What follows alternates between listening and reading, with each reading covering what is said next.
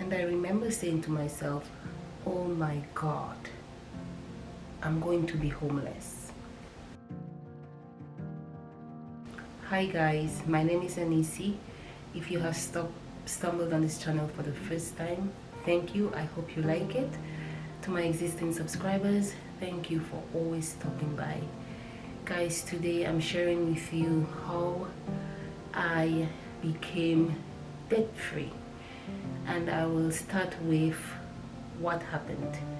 So in 2015, I got what I thought was my dream job. Not exactly my dream job, but it was my first time having the type of job that I have always kind of wanted, and I had found that job and I was very happy, very excited. And 5 months into the job, I got fired. And I remember the feeling of hearing the HR lady on the phone saying to me that my job is terminated. I felt anxious, I panicked, I was afraid, I was very scared. And at that time, all I thought was, oh my God, I'm going to be homeless. Because being in America for such a long time, I realized that in this country, money is so important that you need it for everything. Everything. Nothing is free here. And without it, it's very difficult to survive. And I was thinking, how long will I survive without a job? At that time, I had only about $2,000 in my savings account, and immediately I was thinking, how much can I stretch this $2,000, you know? And at that time, I was living in a basement apartment. My rent was $600 a month, so I knew I could stretch this $2,000 for at least 3 months. I would have a roof over my head. Food I wasn't worried about because I could buy pasta. I could eat pasta for lunch, breakfast, and dinner. But I was just concerned about having a roof over my head. And that experience was my wake-up call to finally take my finances seriously. I'm not the type of person, I've never been the type of person that spend money haphazardly, but still I did not have a relationship with money for me. And it was so weird, and I was thinking about this a few nights ago, that it's very weird. When you don't have, you spend everything you have, and when you have, you become very frugal. Because I remember when I didn't have much, I was living paycheck to paycheck. As soon as I got paid, I would go straight to the store, to the mall, and buy stuff.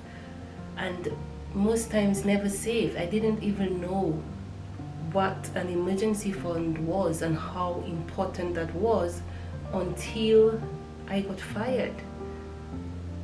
And I was scared because I had nothing significant saved, and that was the turning point of my financial life. At least that set the stage on how I was going to deal with money going forward. And I'm like, no, something has to be done. And immediately I decided on how am I going to change my financial life, because I never wanted to experience what I had felt hearing that I was fired. So the first thing I decided to do was to get out of debt. And I didn't have much debt, because at that time I didn't have credit cards really, but I had a student loan, and I decided that I'm going to attack that student loan. And I got a little job that wasn't paying so much. It was kind of difficult to manage my expenses and pay off the debt, but I did develop a very strict budget, and I was able to survive, just barely survive, earning living paycheck to paycheck, because I was making about $18 at that time after I lost my job. I'm still grateful for that, because at least I was able to have some income, at least to pay my bills and survive. But I decided, you know what, I have to change that. I have to change my income. That's the only way that I can, get out of debt and, build an emergency fund. So I have to change my income. I have to increase it. And I started becoming aggressive in my job search. I was able to find a job that paid much better, and I think in about 1 year I was able to pay off that that student loan. And I decided, you know what, I do not need much to survive. From that experience of not having much, of budgeting, I realized that I did not need so much to survive. And with that new job that I got, I could have, moved to a nicer apartment, moved from the basement. I could have upgrade my lifestyle a bit, but I did not. I said, you know what, I realized that one of the biggest things that cause us to not experience financial freedom is lifestyle inflation. That every time we get a boost in our income, what we do is we upgrade our lifestyle. We move from this neighborhood to that neighborhood. We upgrade our car, we upgrade our apartment, we upgrade our clothes. I decided I'm not gonna do any of that. I'm just going to build a emergency fund, and I'm going to stay in that basement apartment paying $600. And doing that, I was able to save a emergency fund, and even save enough money for a down payment to purchase my first ever home, which was a condo in New York. And I feel like to be able to do that, you must have a why, a very strong why that is also attached to a very strong emotion. And for me, that emotion was just being scared of becoming homeless. I didn't want to become homeless. I didn't want to experience the anxiety and the anxiousness of wondering, will I able to pay my rent? Will I able to buy food? Will I able to help my family if in case of an emergency? I didn't like the uncertainty of not knowing if I would be able to do those things. And that was my why, and that was what pushed me, and that was what kept me, and that was what allowed me to remain committed to my my goal of becoming debt free, of building an emergency fund, and also of saving enough money to buy my first home. There are a lot of people who believe that it is impossible to become debt free. I remember when I came to a friend of mine and I said, you know what, you can be debt free. He told me, no, it's not possible to be debt free. I said, yes, you can be debt free. You can be free of all this consumer debt, all this credit card debt.